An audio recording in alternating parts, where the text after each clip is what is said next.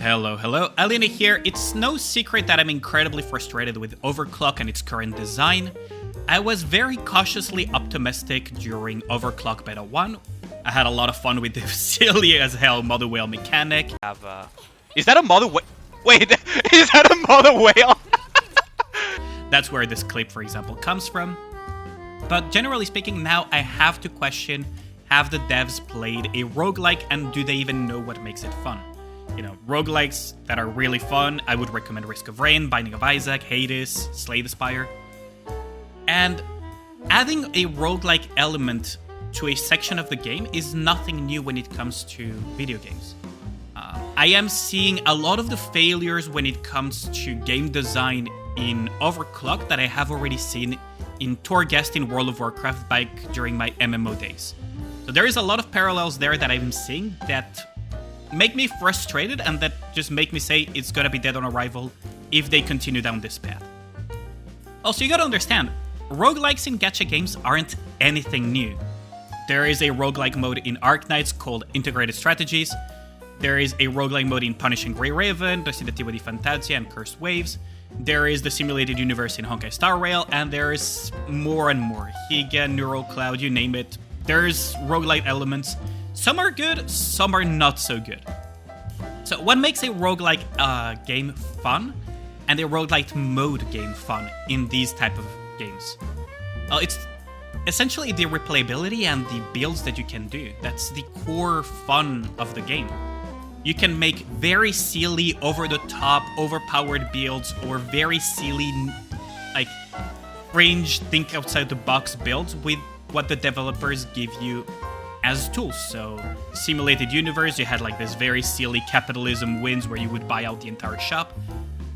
And what would be incredible is that you would have these very silly, very over-the-top powerful builds, but the enemies would also pose a challenge. They would be silly, over-the-top, and fucking ridiculous at times. And that's what makes the whole roguelike element fun, at least for me, is that you have this replayability. If I want to go this build, I'll go this build and just have fun. And if I get unlucky with RNG, well, I have to change a little bit my build here and there, you know, with the rewards and whatever is offered to me during the roguelike.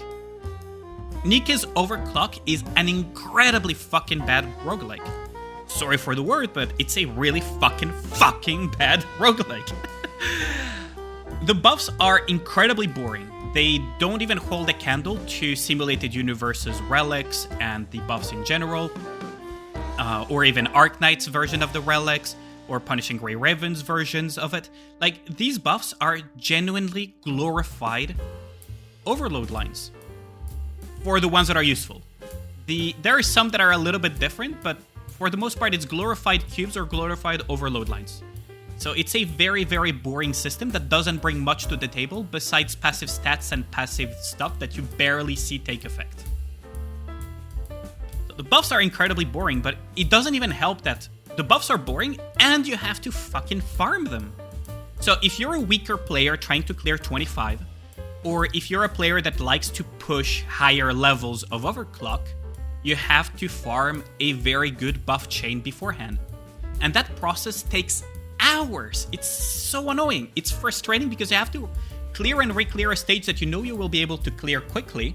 So for example, I cleared 5C over and over and over, killing the final boss of it within like 2, 3, 4 seconds or something, just to get the correct buff chain before even starting Overclock.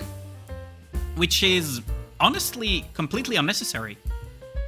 The buffs should be completely self-contained to Overclock. The things should be tuned around you being able to clear, or at least get somewhere, with the buff self-contained to the mode, and they should reset and you should have like more options and more variety and everything. The fact that you have to pre-farm a set of incredibly boring buffs is already an issue in itself. And because the buffs are all so boring, generic, and you always go for roughly the same, there is no real replayability.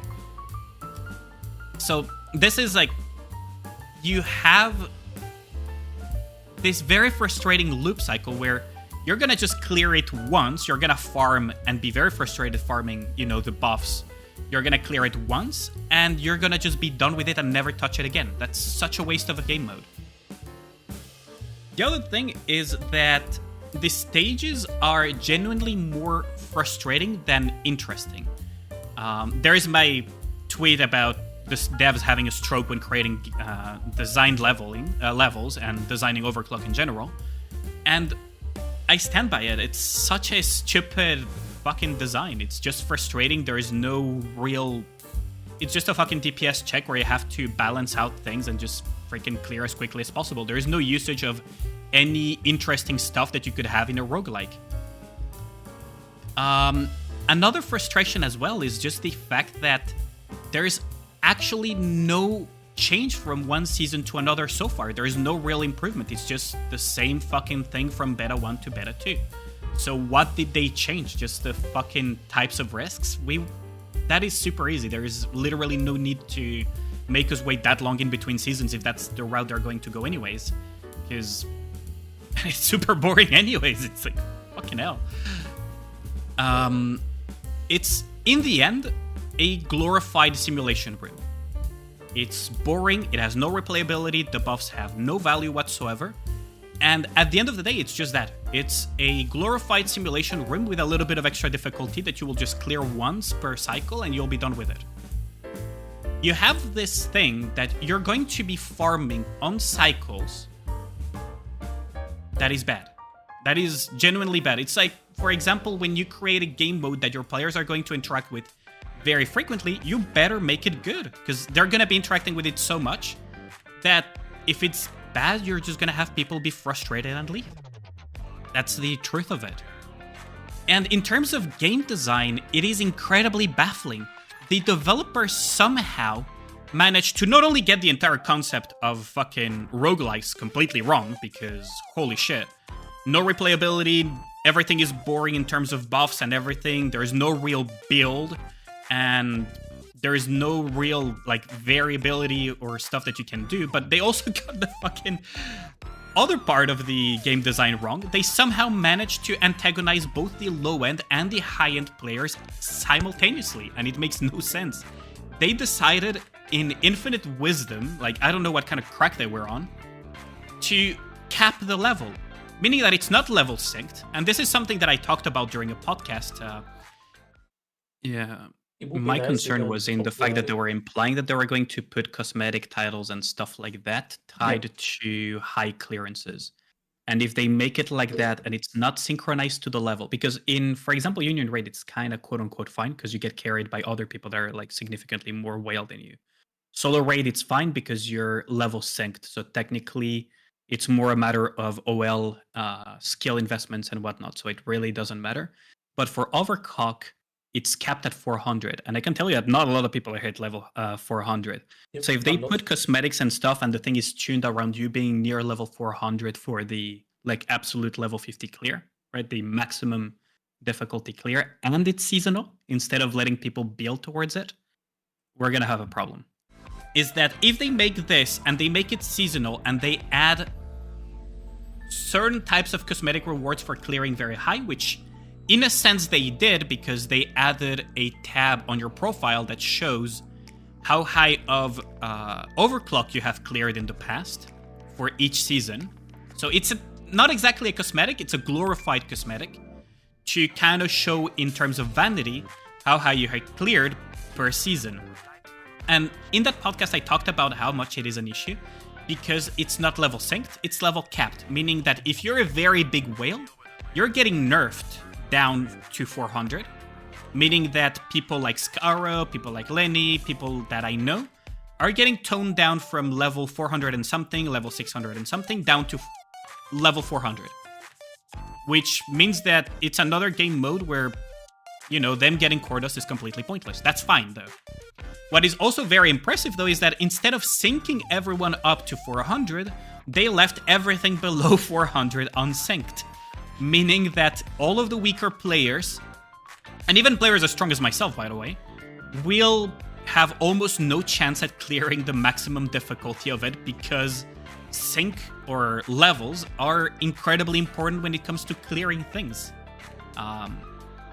So you have this issue where the low end are going to be incredibly frustrated because they cannot clear very high, or even some will not even be able to get the maximum rewards of 25. Let's ignore the cosmetic part of it. And the top end are going to be incredibly frustrated because they're getting toned down and they cannot go all out or anything. Both ends would have a better understanding, or would be more understanding rather, if it was just level synced or something, or if it was just completely uncapped.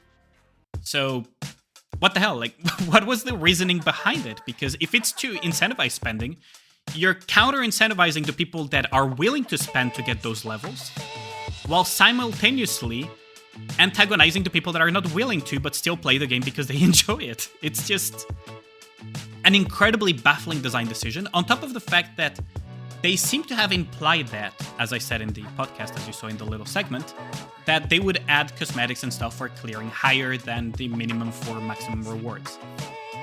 If it is seasonal, it is solo, and it is sync dependent, that's a problem. That's a real problem in game design, because you're antagonizing just about everyone under the sun with this. People that don't buy core dust and don't want to buy core dust and don't want to buy sync levels, and high end that just freaking bought it already and they're like, well, another game mode where we cannot use it.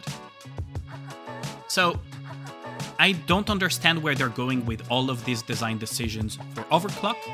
To me, the entire thing is completely flawed. They should use the basis of it to create something interesting, something fun. If they want to make it seasonal, make it seasonal. If they want to change it and make it permanent, make it permanent.